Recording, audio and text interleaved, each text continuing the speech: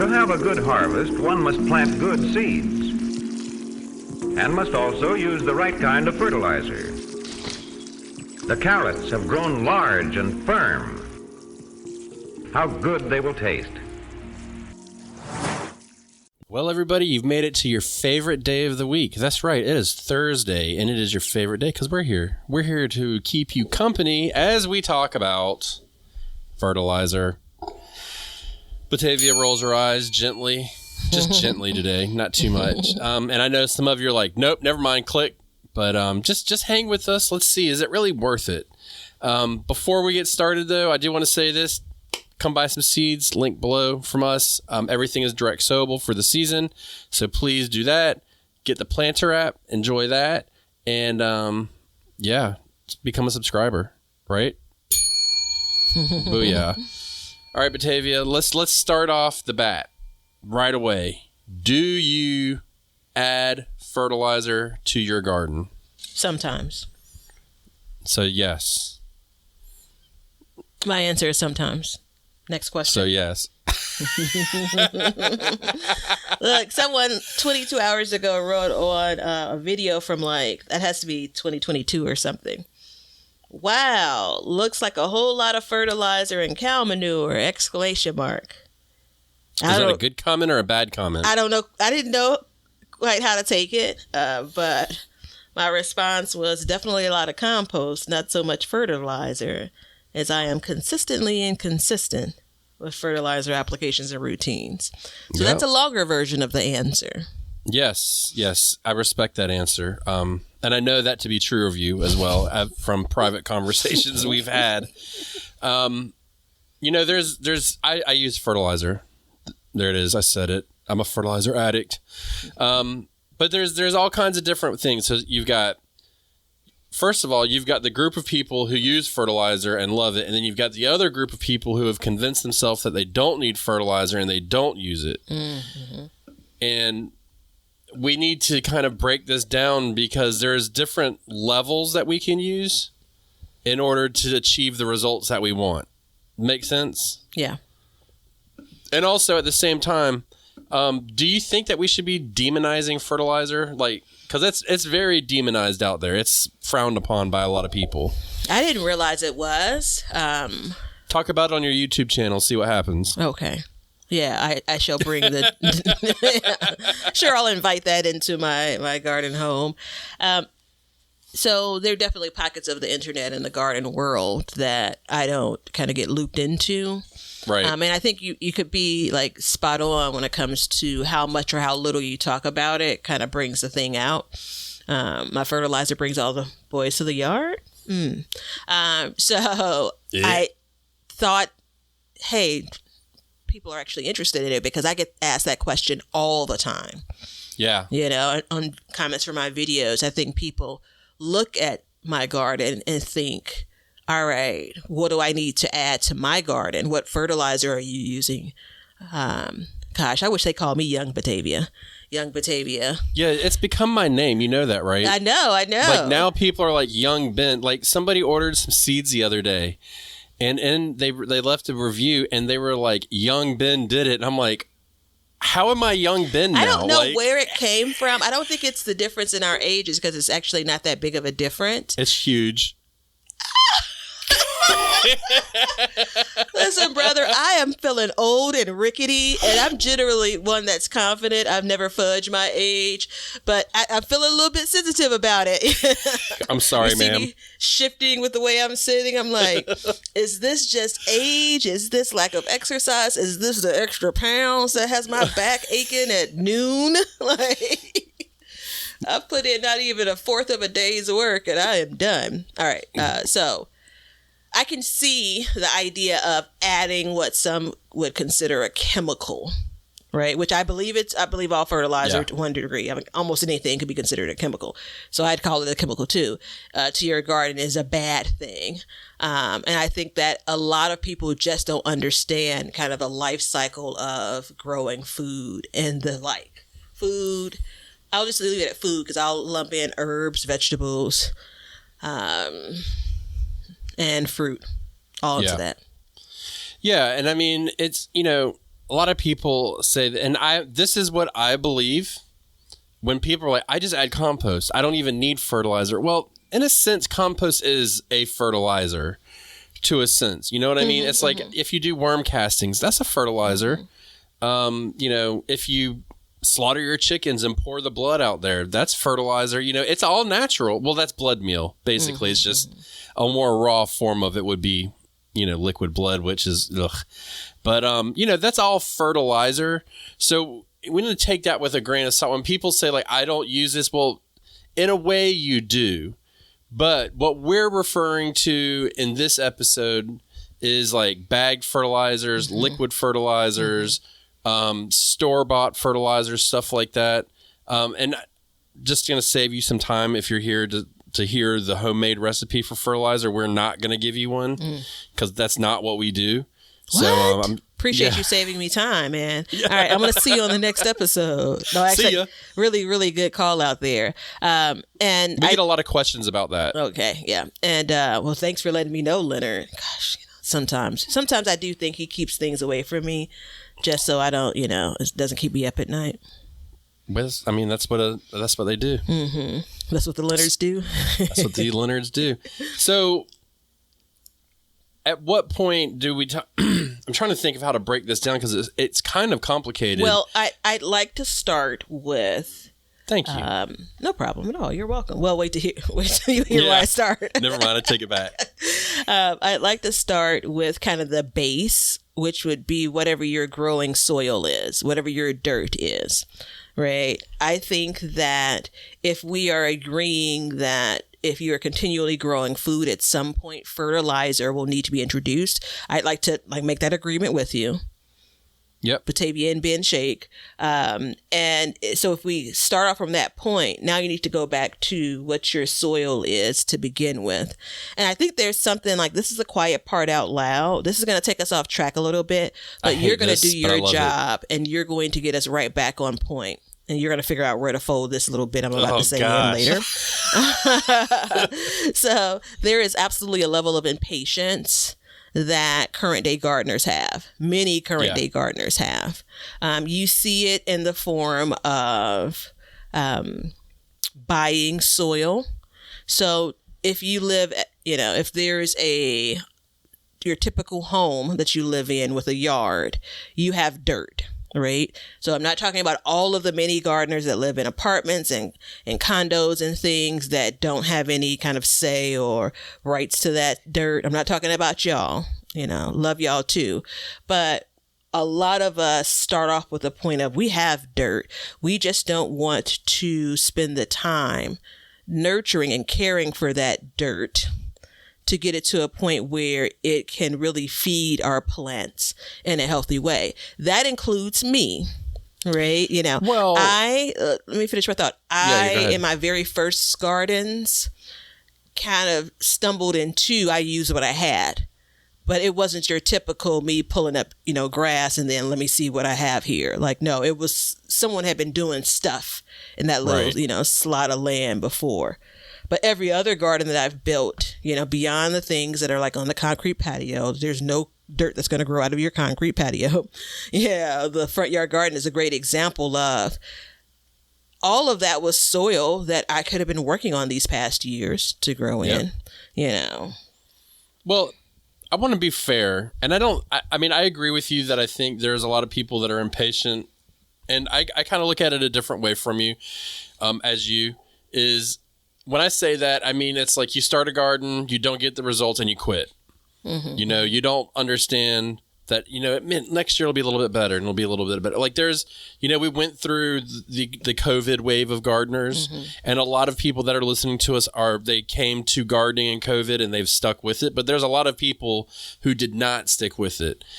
I go as far to say, when it comes to the soil and stuff like that, it's almost like, I want to say it's like people don't understand how to feed the soil, to feed the plants. And when I say feed it, I don't necessarily mean, and again, remember, for this conversation, we're talking about bagged and store-bought fertilizers. I don't think people understand, like, it's not all about the fertilizer. The fertilizer is And a healthy garden is the icing on the cake with the cherry on top. It's like that. It's that thing that pushes, in my experience, over the edge to get more and sooner. Mm-hmm. That's what my experience is.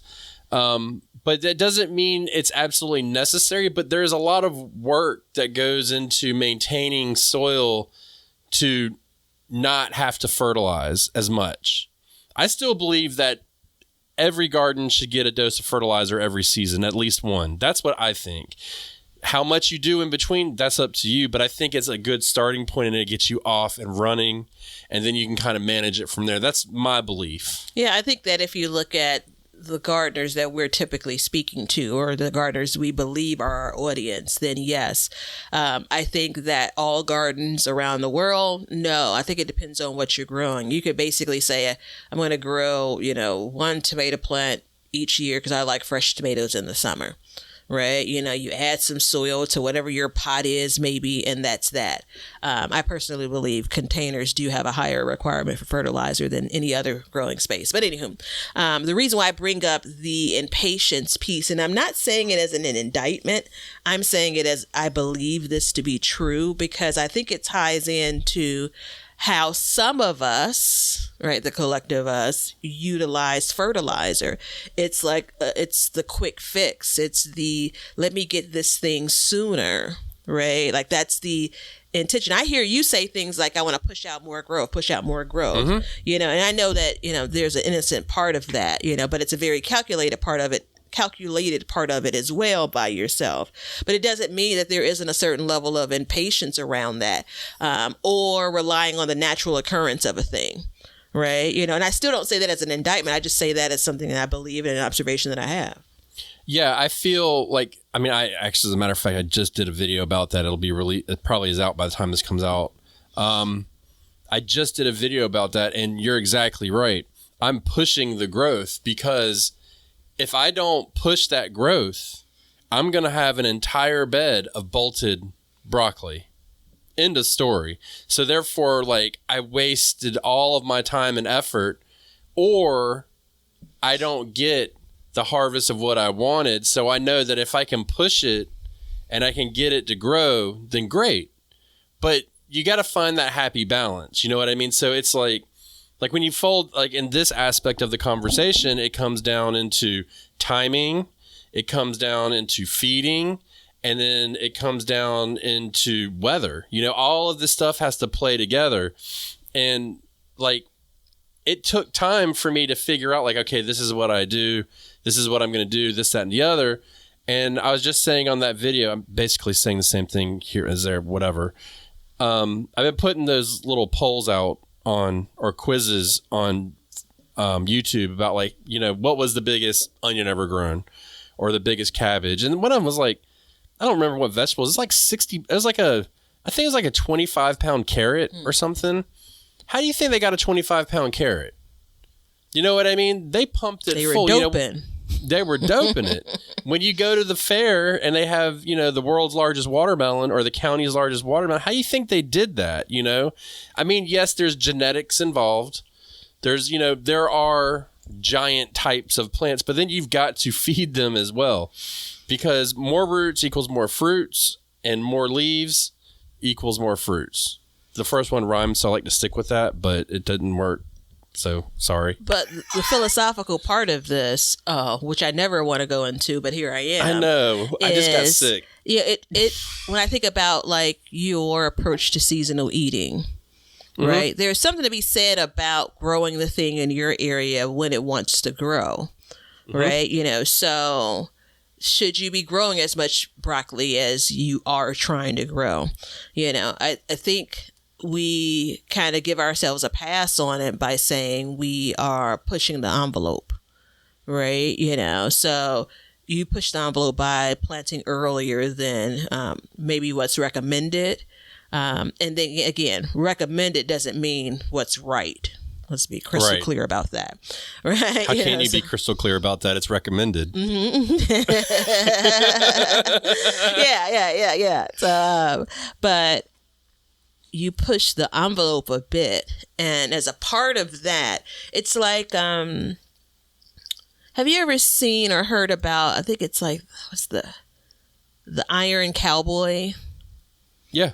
All right. So I used to do, and I'm not going to take away from my credits, but I used to do triathlons, and before that, like half marathons and marathons in true weekend warrior fashion. And back then, you know, you kind of consume the things that are connected to the thing you're interested in.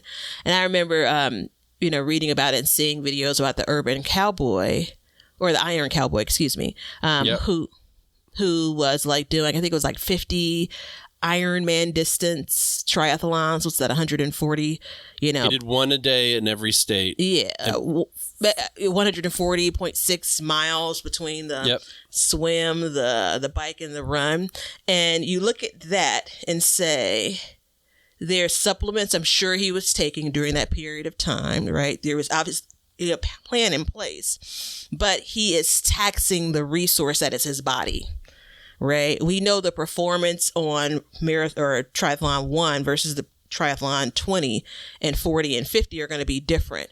So I'm saying that, and in turn, what he needs to continue to supplement this adventure increases. Right. You know, so one triathlon, your needs are very different than 50 to the opposite extreme. What I'm trying to say is, when you look at some of the things we're doing in our gardens, if we're more kind of low growing, then the needs of our gardens aren't as complicated or aren't as much as when we're continuing to push our gardens. Yeah, I love that you brought up the Iron Cowboy. So he even did one of his triathlons with pushing a handicapped individual in a stroller and towing them in a raft during that 50-day stretch. Mm-hmm. And when you bring that up, that applies, to believe it or not, to every aspect of what we're talking about right now.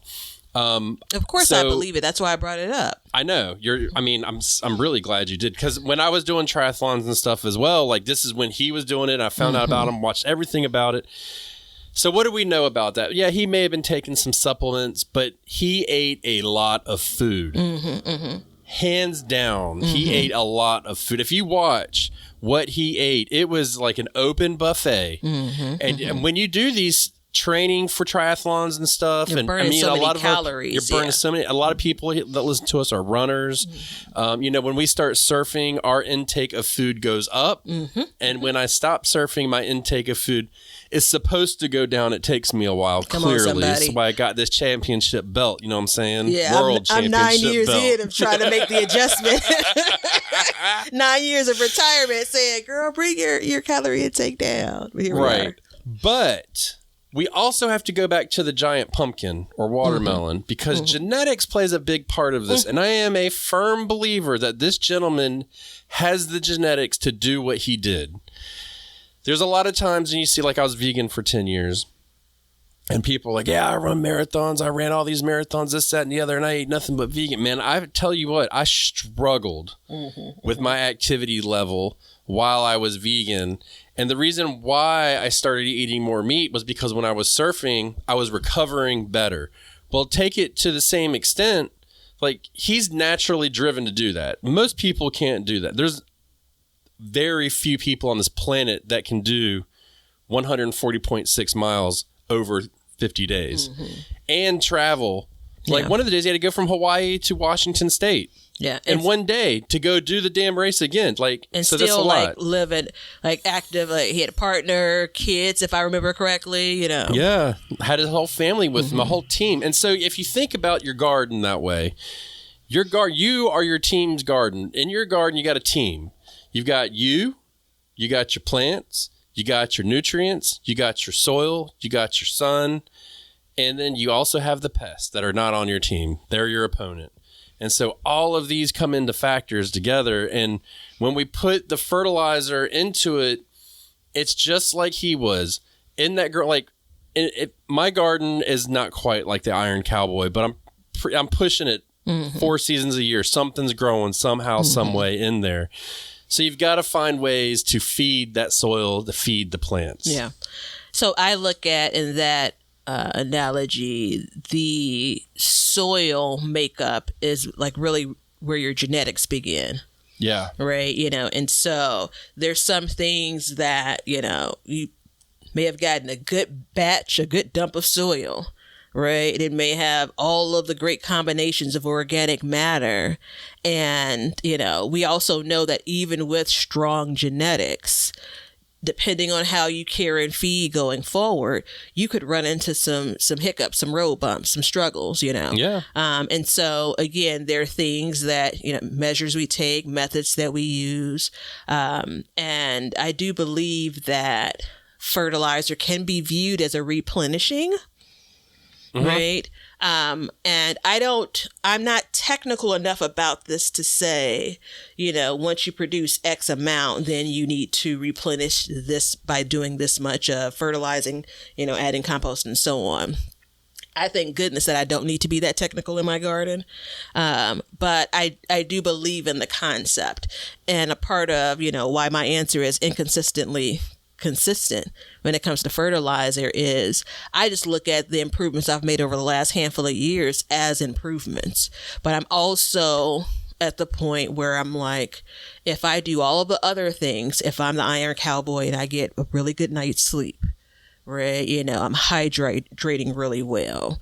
I am keeping my stress low, right? Stress, pest pressure. If I'm doing all of those things, then I have a really good shot at a good performance, right? All right, damn it, give me the Red Bull, yeah. But it's not the norm for me, Right. So again, that's just my perspective. I could have, because I've been growing for like 16 years and at this level, like for 5 years. So I kind of look at like my second act or second life of gardening started in 2019. And so based on that, at this level, I'm still like air quote new in my world, in my mind. In another 10 years, which would put me closer to 15 years growing at this level, I could have a different opinion. Yeah. And I mean, for a long time, I didn't use fertilizer. Mm-hmm. And I mean, look, we get questions a lot, and I see pictures in a lot of places with gardens, and we've got the moderator in our Facebook group at I think it's Dixie Meadows Farm. Shout out to Will. Holla. He and I were talking about this recently, and he was growing broccoli, and he gave somebody a broccoli plant, and they grew it. And then they didn't have a successful harvest or as successful. And he's like, man, what did you do? And he's like, you didn't feed the plant. You've got to feed it to get that big growth that you're looking for. You know what I mean? And so like Will is a big time fertilizer. Mm-hmm. He fertilizes a lot. Mm-hmm. Whereas like I'm fertilizing more now, and it seems like each year I'm doing a little bit more, but I'm becoming more calculated with my fertilizer. But we see it a lot of times in people. It's like, my plant's all yellow, and it's like, well, yeah, it needs nitrogen. Nitrogen is water soluble, so it will wash out of your garden. Mm-hmm, mm-hmm. So it's one of the things that bare minimum you can put back into it to help keep the greenery growth, keep it going, keep it pushing. And it does get more. I think that one of the reasons why a lot of people don't like fertilizer is because they don't understand it, because it can get very technical, mm-hmm. and it can get very complicated. And the easiest way around it is like just use a well-balanced fertilizer at planting, mm-hmm. Because at least you'll start to get that growth. It'll start to feed it immediately, push it, and then you can kind of, it can cruise through the year. It may suffer a little bit depending on how long that plant's in the ground and how much it's going to produce, but you can keep on top of it. And it's the easiest time. I mean, you've already got it all dug up, so you just drop some fertilizer in the hole and you roll with it. You've got to factor in too organic versus conventional fertilizers. Mm-hmm. And when I say conventional, I don't like to use the word synthetic, but it is synthetic, and there's a difference. Typically speaking, organic fertilizers are granule, and they will feed the soil as well as your plants. So even though they're feeding your plants, they will continue to break down and add organic matter to some extent to your garden. The downfall is they don't feed as fast. So they have to actually start to break down before they feed, whereas your conventional fertilizers will immediately feed the second they hit your plant. Yeah, I think when it comes to like what I do versus what I used to do. So I before didn't do anything. And I have a handful of pictures of some piddly looking pepper plants. But generally speaking, even before I kind of went all in with, having, I think I have a like 4-foot by 2-foot space of grass on my property, and that's it. And, God bless my neighbor a couple of doors down who pushes her lawnmower down and cuts that little space of grass for me. But, before that, I had, mostly growing in outside of where the cage baby is now in what would be new soil, and I say that to say we need to give more credit to, if you got quality soil, those first couple of years of growing in it are going to be good years, generally speaking, right? So again, there was no alarm bell that went off. Things look good. I do, again, have pepper plants then versus now. I can see a world of difference, but I've also spent more time building the soil, right? The soil that I purchased and brought in. But now if I fast forward, I feel like I'm still in a good space where the amount of growth seems normal, upwards of pretty good for most of my plants. There's not a lot that I'm growing in my area that's just like kind of looking puny, right? So that's a good sign. But one of the things that I do now, almost for everything that I plant at the beginning of the season, for sure, like the beginning of each of the seasons, so spring crops, and summer crops and so on, is I'm adding a well-balanced granular fertilizer because it's said to feed for 2 to 3 months. Now, my garden season is generally longer than that, but a lot of that growth happens in those first couple of months, right? Think tomatoes. Planting them in May. My harvest starts in May, June, July. It's starting in late July, early August. Right. It's putting on tomatoes or putting on, green tomatoes in July, and I'm getting my first red tomatoes in August. I may come back in and top dress those plants because those plants are super important to me. Top dress with what? Another set of granular fertilizer for my tomatoes. If they're kind of greens, I will probably start with granular fertilizer in the same way, and then come back in with maybe a liquid fertilizer that's focused more so on nitrogen. But for those, the frequency is recommended to be more frequent as far as, right. Every 1 week, every 1 to 2 weeks. And I'm just not keeping up with that. I'm just going to keep it really real. Yeah, I've got that drip system now that I have the injector in, and that's really helped me keep up with a better schedule, but also a more targeted approach with the liquid. And when I'm referring to liquid, for me, it's a like a fish fertilizer. Yeah, it's same. Nothing insane. It's no, anything like that. Now, I don't have anything against conventional fertilizer. I just don't use it. And I actually have used it. I got a soil test one year, and they said, look, you need some nitrogen bad. And they gave me a recommendation, and I went and I put it in. And I tell you what, I had growth, like instant growth almost. I mean, it was like I blinked my eyes and they were just perking up. So, and the beauty of this podcast now is we've been together for a long time, Batavia. I don't know if you realize that, but I remember you getting your first fish fertilizer and trying it out and being very, very inconsistent with it. But I remember you being like, you could tell the difference. And I also remember one year we were talking about you adding bagged soil to your garden, and we figured out that it in fact did have a little bit of fertilizer in it.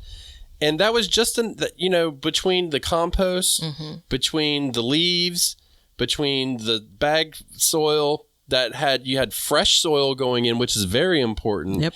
And in that soil, you had a small amount of fertilizer.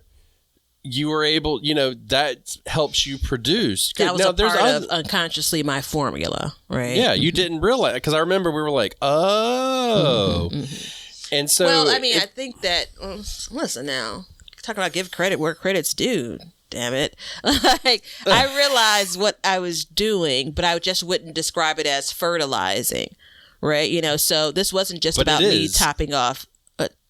This just wasn't about me topping off beds, right? You know? My ability to, in a professional setting, which this is not, to pull back that what I just did there is Do your eyes supreme. Hurt? Do your eyes hurt?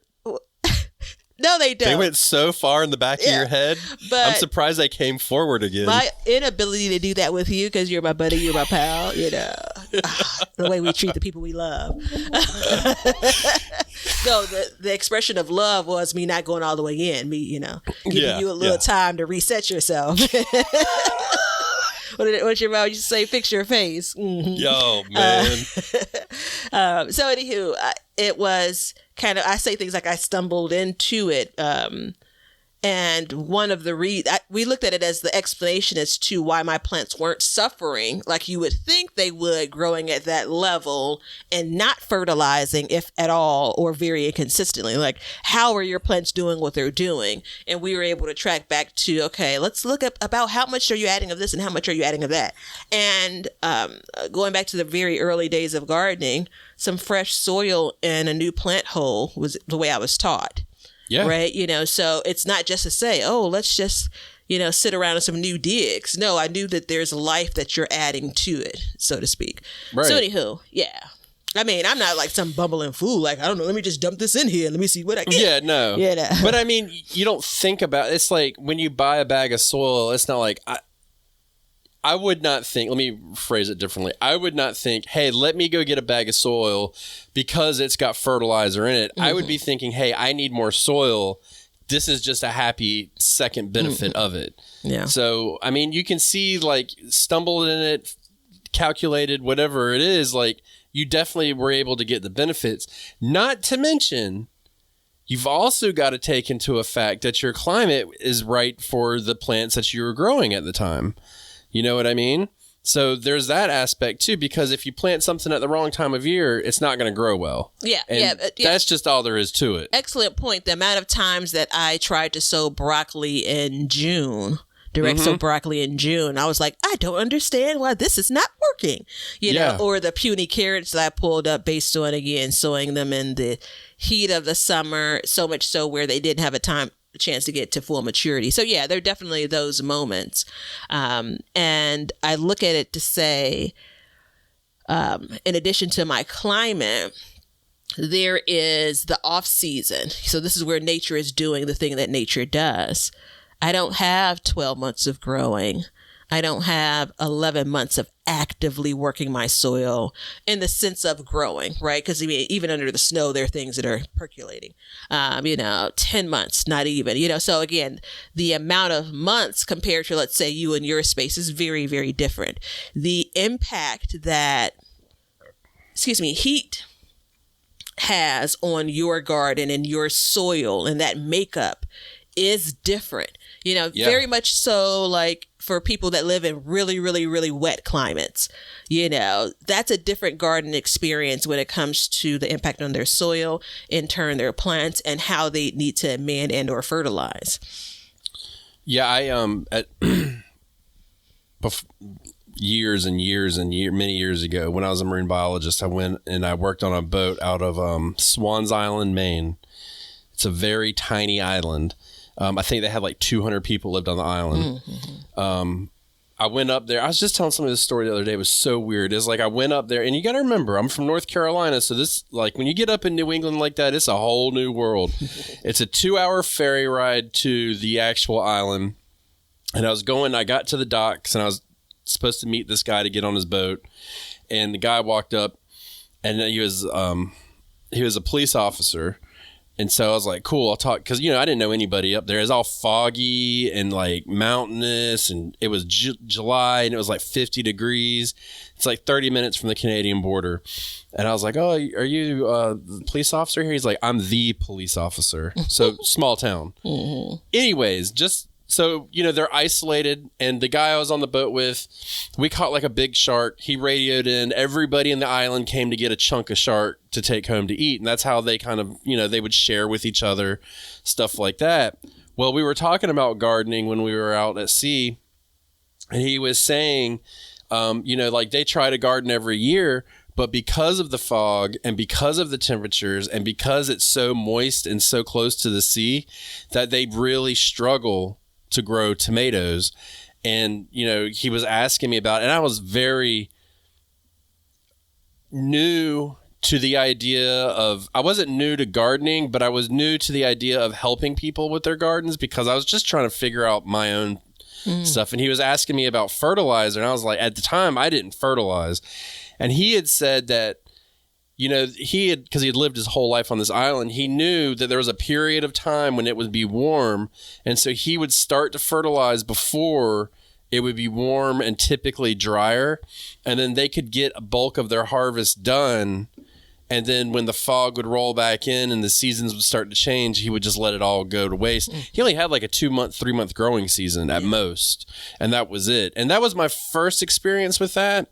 And I didn't even realize it. And I was like, oh, okay, this is a very interesting concept. And that's kind of what set me down the path of fertilizing to an extent, because I was at that time I was growing in New England, but where I was, we had a normal, your average growing season. There wasn't anything fantastic about it, but it would help me moving forward. And then as I got more into like fall vegetables and stuff and spring growing, I really realized with the greens that like all that fish fertilizer and blood meal and stuff like that makes a huge difference in the productivity of it, to the point to like your collard greens and stuff like that. Like, you're getting an amount out of a fewer plantings, which I think is really important for this conversation too, when you're talking about people with smaller gardens. But, you got a small garden, but you want to have an abundant harvest out of that small garden. Well, this is one of those ways you can do that. Yeah. And I also think that when it comes to the abundance and what you want to get out of your garden and when, I think I'm just going to call out to the planting the right things at the right time once more in this episode, because, we're not at all suggesting that you heavily feed a plant that really shouldn't be growing in that particular time because you want to get something out of it. That's just not the way. And eventually, the garden turns on you for that. The garden gremlins come out at night and say, enough. That's one of the things that we talk about a lot on this show, is planting the right thing at the right time. Because especially with new gardeners and even experienced to an extent, sometimes we forget that certain things can't go in the ground at certain times. I'd love to have a head of lettuce in August. Well, that's just not going to happen. And we need to accept that. Yeah. Without excessive measures being taken. I mean, I think that if you're in the experimental space in your garden as a gardener, that's very different than the majority of folks that we believe that listen that want to grow more food because, for health reasons, for financial reasons, for the joy of gardening, no pun intended. So that's a very different audience. If you want to push the limits in the sense of, all right, is it possible for me to insert this crop?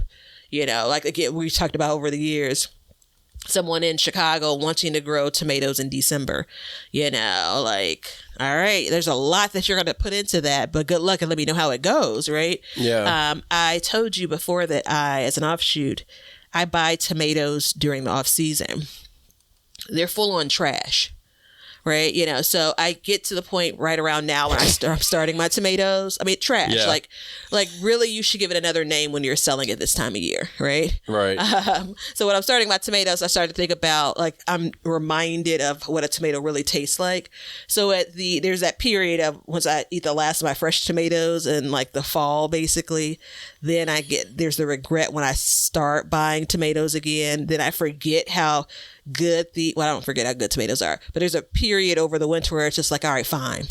And then we get to spring and I'm just like, why do you do this to yourself? It's a texture thing for me, so I eat salads throughout the winter during the off season. I really enjoy the texture of tomatoes. But anywho, I say all of that to say, when you look at what you want to grow when, I would never invest the time to grow tomatoes One, I'd be questioning like what the real taste is. So I'm not going to spend a whole lot of time to get some, trash tomato. I'll just go to the store and buy it for, an exorbitant amount of money. Not only are they trash, they're overpriced. But anywho, I'm getting off track here. I think when you look at what we're growing and the when, I think in addition to assuming that you and I are agreeing that fertilizer is important, I think we can also assume that for this conversation, folks are growing things in the correct season, and you may be trying to push the envelope at the beginning or the end of the season. And sometimes fertilizer can be an aid to that. And that's separate and apart from like the general maintenance of your garden and fertilizing.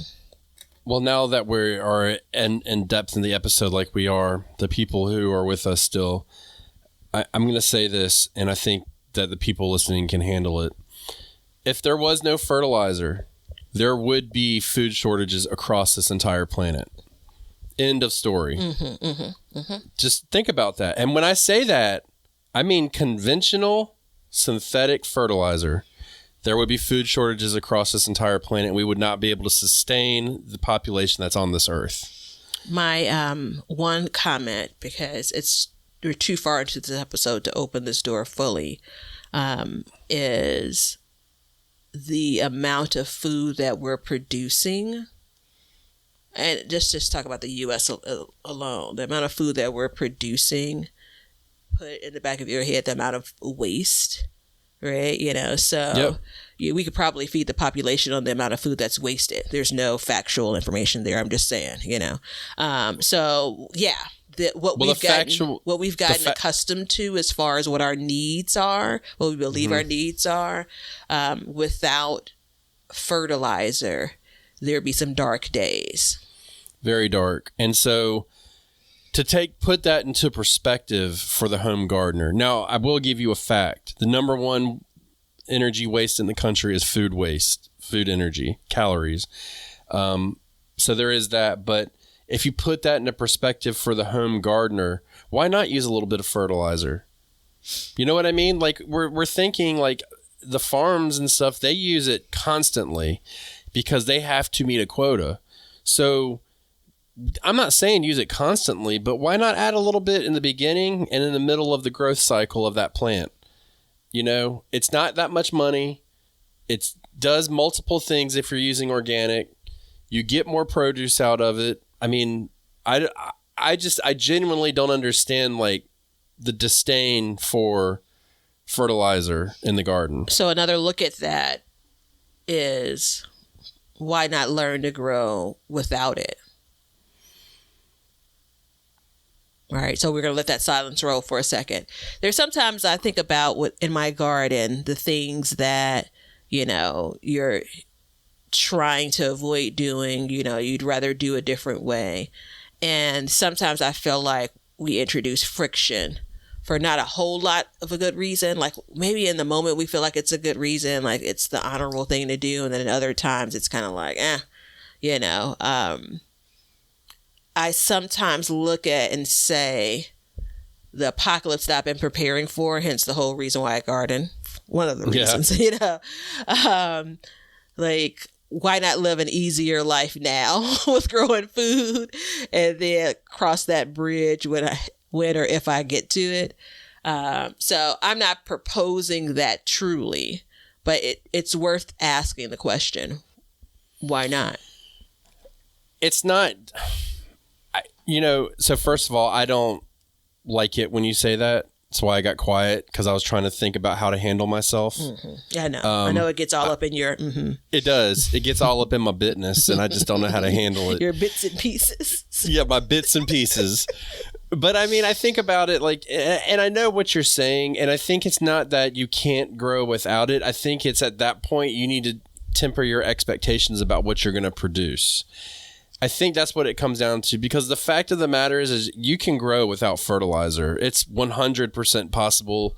People do it all the time. It's, and when I say that, again, we're talking about the definition of fertilizer for this episode, purchased bagged fertilizer or water soluble fertilizer.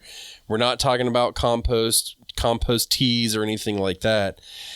But I think it's worth it. While let's just get into this fantastical world for just a minute and say, that's it, there's no more fertilizer.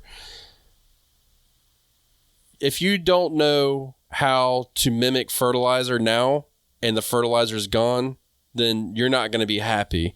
But while you're doing this, while we're doing it day by day, play with a little bit. Make some compost teas. Start making your own compost, Batavia. There, I called you out since you got my bits and pieces. I'll get in yours. Start amending your beds. Use those mulches. Turn them over. Do that kind of stuff. Practice cover crops. All that stuff is the same effect, just in different ways, to amend your garden and make that growth literally explode. Cover crops are a big thing, and we're going to be doing an episode on that. I'm going to be doing it in my garden this year.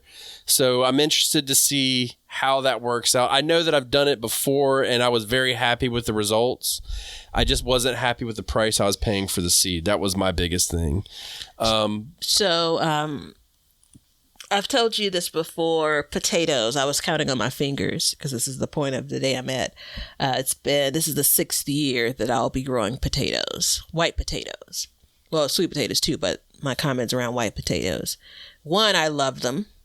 2, it's a very versatile crop. It covers some ground, not quite literally, but yeah, literally. And when it comes to what you're bringing into your kitchen, but I also wanted to make sure I understood how to grow potatoes, right? And each year I've tweaked things a bit.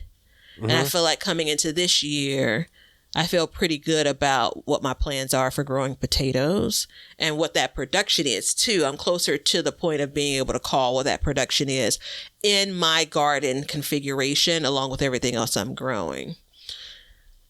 When it comes to the question around fertilizer, you could look at something like potatoes in the same way. If push comes to shove and I have no choice and I can't go and get the 5-pound bag of potatoes from the grocery store, do I want to start, year 1 trying to figure out how to grow potatoes?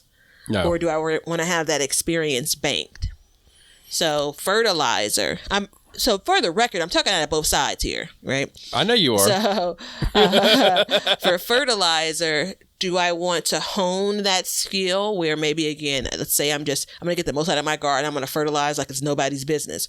Or do I want to do something that's a little bit more low key? Maybe the fertilizer batch that I have will last longer. Or do I want to go all in and say, forget anything I'm going to buy from the store? I look at it this way. As long as I'm going to the store to buy stuff for the garden, I'm okay with not tackling, the non-store-bought fertilizer right now. I may come to a point in my garden career where that becomes a priority for me. It's just not the priority right now. Right? And I look at it and say, the priority could shift easily if my garden starts to suffer, if my garden as a whole starts to look like the piddly, if I could find the picture of the pepper plant, or it's just like, this ain't it, my instincts knew, like, no, this isn't it. If my entire garden starts to look like that, yeah, I'd be changing some things. It's a very personal decision, how much, how little, what types, how often, all of that for your garden space. The one thing I will note is, for my years of growing in containers, it's one of the best things you can do for containers, just based on the makeup, Yeah. What you put in that container soil-wise is all that container's ever going to have, right? It's not going out searching the rest of the earth for stuff, right? And then you do absolutely wash away, some of the nutrients that's in that soil when you water or when God waters those containers. So I found my containers perform most consistently throughout the season if I am coming in more regularly with applications of fertilizer. Yeah, and I'm glad you brought up potatoes because I will say this, there's a specific potato fertilizer you can use and that a lot of people recommend, and I absolutely refuse to buy specific fertilizers for anything. I will use specific ingredients, but I refuse to go buy a potato fertilizer or a flour fertilizer or a corn fertilizer or something. I refuse to do it. I figure that I will just use, I buy 2 or 3 different things, and I think my fertilizing budget for the year is $40 for my garden, and that'll get me through the entire year, maybe a little bit more. So it's not that bad, and I make up for that in the amount of produce that we get at the end. So we typically will double that cost. Like if we pay $40, we'll get $80 worth of produce because of the fertilizer. So I do know that. So that is one where I do draw the line. Like I am not buying any specific fertilizer for anything. And I think that's one thing that will make you a better, more well-rounded gardener is when you know, like, hey, this plant needs more nitrogen. Let me give it this blood meal. Or, hey, this plant doesn't need it. Let me not give it this blood meal or bone meal or something like that. So there is that. I bought potato fertilizer one year, and I really don't feel like I've experienced any big boom. And there's a part of it, it's just that this is the recommended formula for potatoes, right? This is what potatoes are said to need. And I'm looking at it, and it's 343 for the NPK. And for that, again, specifically potato. Okay, so you just get a bag of well-balanced 10-10-10 and throw a scoop of bone meal in, and you've basically made 343. And so I'm looking at another brand, and it's 366. So, when young Ben lets me finish my thought, I say what, I was about to say. I wasn't going to say and just add some bone meal, but it's the idea of you have the formula, make the cake your way. What other things in your garden, can benefit from that same formula, right? So anywho, do what you want, what you will there. I do think that I can see a tinge of controversy around the subject. Yeah. I mean, people hate it. But you know what they don't hate? They don't hate the planter app. And if you don't hate it or you don't love it, it's because you haven't tried it. You should definitely try it out, because all of this is all about the planter app. That's how we make our gardens. I'm telling you, it'll help you plan it.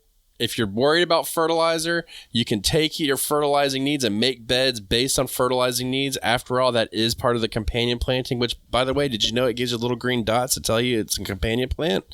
Yeah. And if you see the red dot, it means it's combative, which means you shouldn't put it together. And a lot of times it is a nutritional need for it. So check it out. It's on the Apple Store, Google Play. It is the Planter app. You can use it on your phone, computer, or tablet. It's a great way to plan your garden, to go back and look at previous year plans, to organize your seeds. Now they're adding in flowers and different directions for the sun, all kinds of stuff. So check it out. That's the PLANTER. And if you use the link below, you will get a discount on all of the plans, especially the lifetime membership plan, which is very reasonably priced. Now. No, wait. Oh. When I tell you that I happen to be, so, I work with the season. So my social media presence is higher during the growing season. And so I miss a lot, right? And I'm going to tell you that it was my purpose to come to Instagram, and Peter had put up from the Planter app a story, those are only 24 hours, about the flowers. He showed a picture of the app with the flowers. And you want to talk about someone that said, hold on to who I was talking to. And so I stopped and I went directly to my app and I started swapping out, because I had everything as a sunflower before, putting in the real flowers. Oh, a happy gal. Yeah, it's so visual with the drag and drop. It's amazing. All right. Thanks, Peter. So, thank you, Peter. We love you, and we love your app, more importantly. Not to be confused with Peter Parker. Who's that, other than Spider-Man? Yeah, that's who he is. Arguably, our Peter is probably more important. He's a Spider-Man of the gardening world. Absolutely. Our friendly neighborhood Spider-Man. There it is. All right, this question of the day comes from the Facebook gardening group, Backyard Gardens Community Garden. Come join it. Free to join. And it's from Tara. Hey, Tara. I think it's Tara. Hey, or Tara. Tara. I don't know. Either way, we got you covered. Hey, girl. Hey, girl. So it says, hello. I really love the show. I'm completely new to gardening, and I'm getting ready to build a couple of raised beds and start some veggies. And your podcasts have been so helpful. Well, we're glad we could help you.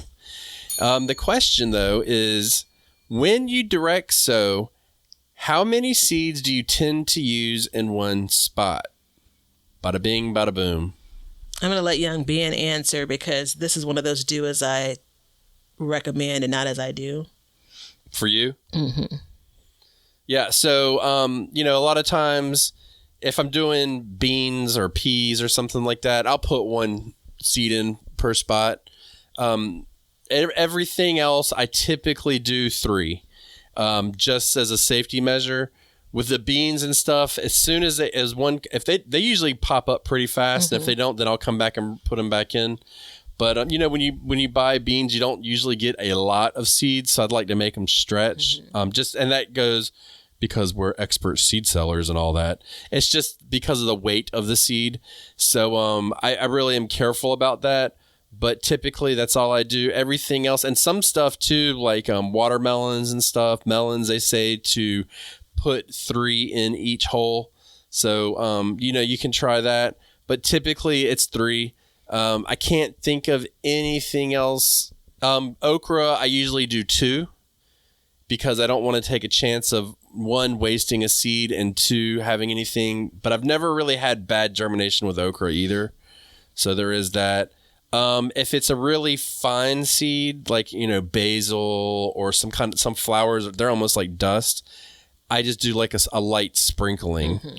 and just try not to get too heavy-handed with it. Yeah. But also know that if you do something like that with those, and you come back, you've got like a mat of like seedlings coming up, then you can just take like little pinches of them if you're careful and move them around, and you can spread them out that way. And then radishes, I'd usually put 1 seed in per radish, like anything like a root or anything like that. Mm-hmm. Yeah, I'm going to pick up where you left off with roots. I begrudgingly end up thinning roots, but I'll just do a very close line, knowing that, even if I get 80% germination, some of those are going to be too close together. So I'll come back in for something like carrots. For something like radishes that are going to be kind of a larger seed, I'll do 1. Other thing, beets and things over there. So those root crops that are a little bit larger, I'll do 1. Anything that is quick to germinate and then quicker to grow, I'm stingy. This is the recommendation is I'd say 2 at a minimum, but I normally do 1. Cucumbers, squash, those things are going to come up quickly. And if they don't come up, I'm going to know to resow. So I don't spend the extra seed. Yeah. Other things like melons, which for my growing area, I got a small window, and I've learned this over the years. I have a small window, so I need to hedge my bets. So instead of sowing 1 seed, I'll do your 3. So generally speaking, if it is something that's quick that I can recover from, if it doesn't do what it's supposed to do, if it's quick germinating and the season to grow is shorter, then I'll do just a single seed. If I have some risk of I need all the time that I can get for that, like a melon, then I'll do multiples. And then anything that has fine seed similar to Ben, I'll kind of do a broadcast and worry about the rest once everything starts to germinate. And that's just based on time management. I don't want to have to come back multiple times. Sometimes carrot seeds can take 10, 14, 20 days, to germinate. Yeah. And then by that time you may have missed your window. Mm-hmm. I mean, you're talking about a month almost. Yeah.